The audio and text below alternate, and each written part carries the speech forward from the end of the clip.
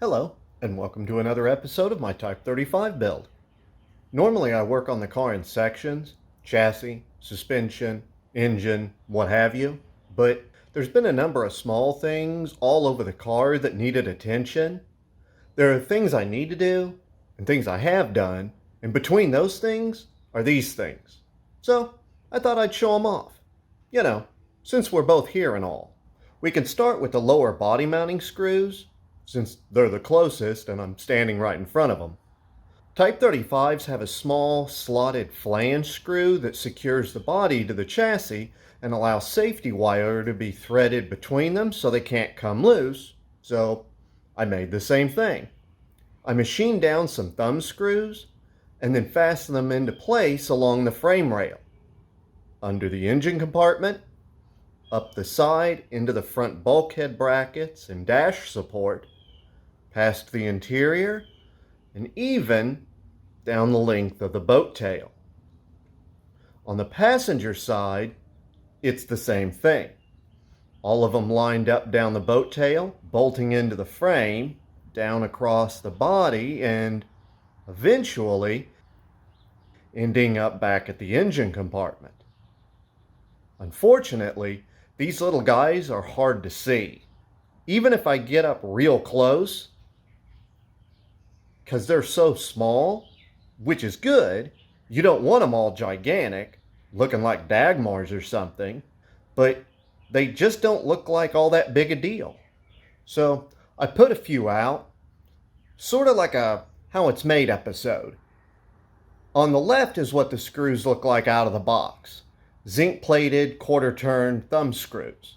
Because I needed them flanged, I had to order them from an industrial supply company, but once I got them, I moved to step 2, which you can see from the bolt in the middle, was stripping the zinc plating off.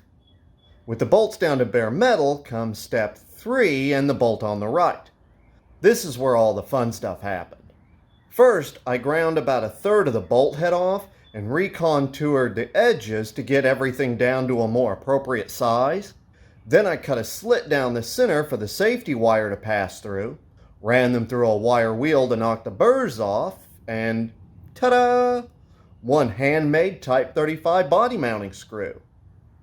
They'll get stripped again before their final black oxide coating, but for now, I'm the proud owner of a couple hundred of these little guys. But let's move from bolts onto nuts. So, in the driver's footwell, if I can get down in here, at the base of the pedal box, between the clutch and the brake, there's a pair of shiny fasteners in that sea of black anodized aluminum.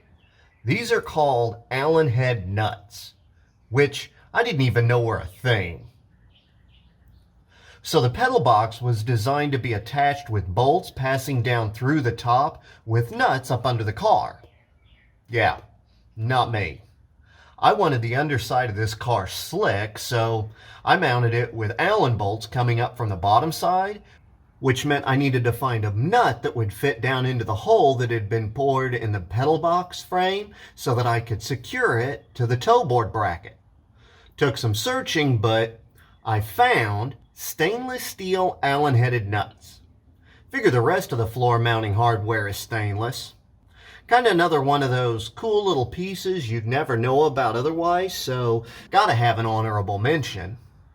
And they're not the only piece of stainless I fit into the cockpit.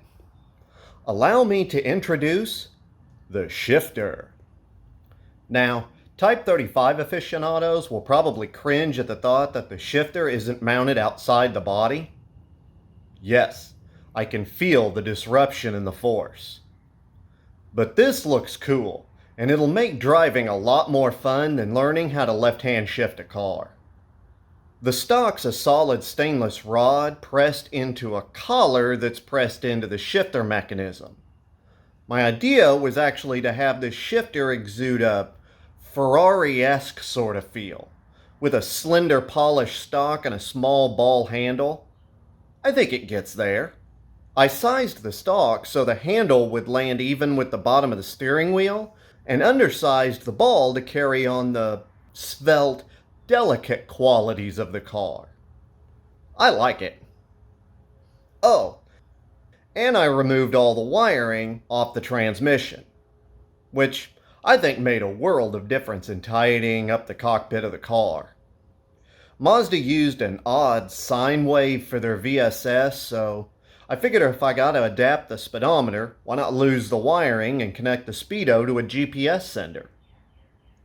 There were 3 sensors on the trans, the speed sensor, obviously, a reverse light switch, and the third, I think, was a turbo encabulator, probably just for increasing billable hours at the dealership. As nice as the trans looks though, wires are like weeds. Where you pull one, another sprouts up. In this case, the wires would be attached to the taillights. And yes, the taillights are mounted to the axle. So I knew I wanted something small and round, and my thought was to mount them to the body right where the green tape is on the boat tail. Then it was suggested to bolt them to the back of the control arm mounts. And I was like, oh, now that could look cool. So I fabbed up some mounting panels, attached the lights, and oh yeah, that looks nice.